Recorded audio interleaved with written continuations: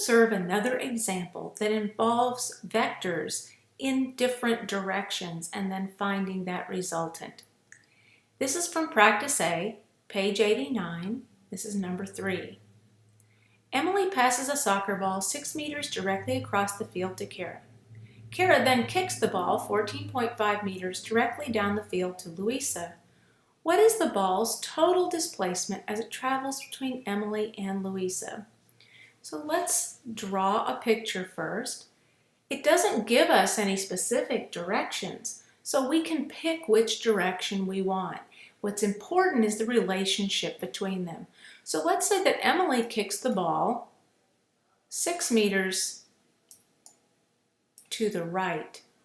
And then Kara kicks the ball 14.5 meters directly down the field to Louisa. So Emily's pass is going across the field, and Kara's is going the other direction, perpendicular to Louisa.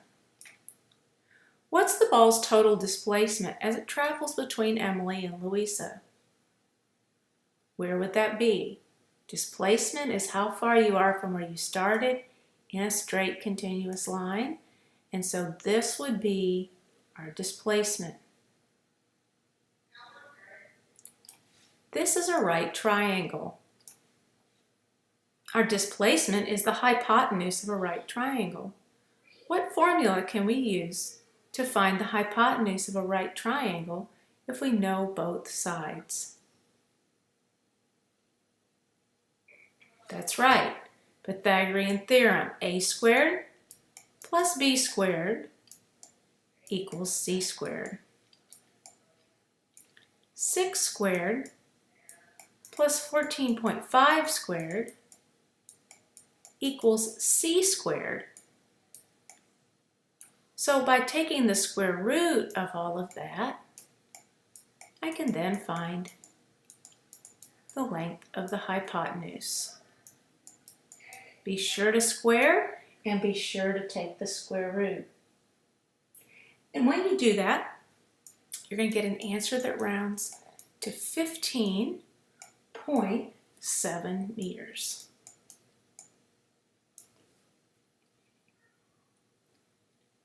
Okay, so now we found the magnitude. This is 15.7 meters. That's how long it is. But in what direction was the soccer ball located from where it started? For this, we have to use trigonometry. Remember, so, ca,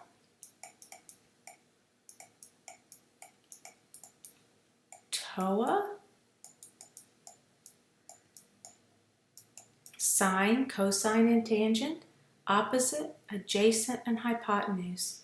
We know this one's the hypotenuse, and it depends on which angle we're going to be using to describe the motion of the soccer ball. Since my origin is in the upper left here, I'm going to use this angle to describe it. It's going to be south of east in the amount of degrees of my angle theta. So that helps me to know what my opposite and my adjacent sides are. The opposite is going to be 14.5 because it's straight across from my angle theta. My adjacent makes up part of the angle, and that's going to be 6. Since I have an opposite and adjacent, I'm going to use tangent. But remember from our previous video that you're going to be using the inverse tangent. So the tangent of the angle theta that we're looking for is equal to 14.5 meters all divided by 6 meters. But we want the inverse tangent of that. So we're going to use this key on your calculator. Put in 14.5 divided by 6 and see what you get. And let me show you something on this calculator that I forgot to mention before.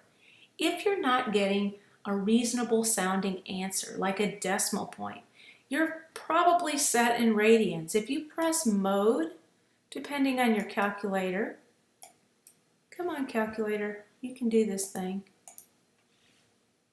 If you press mode, on this type of calculator, you'll notice that you have a choice of radians and degrees.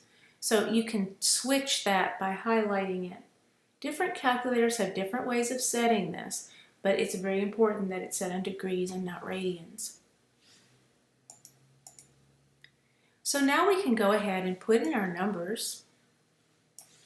Second tangent gives me my inverse tangent. 14.5 divided by 6. And I get an answer of 67.5, which if I'm using two significant figures would round to 68. So I have 68 degrees. Now 68 degrees in what direction? Well, we said it was south because it's going down away from the east. So south of east. I could say below the horizontal, that would work too. But it tells me the direction in which the thing is going.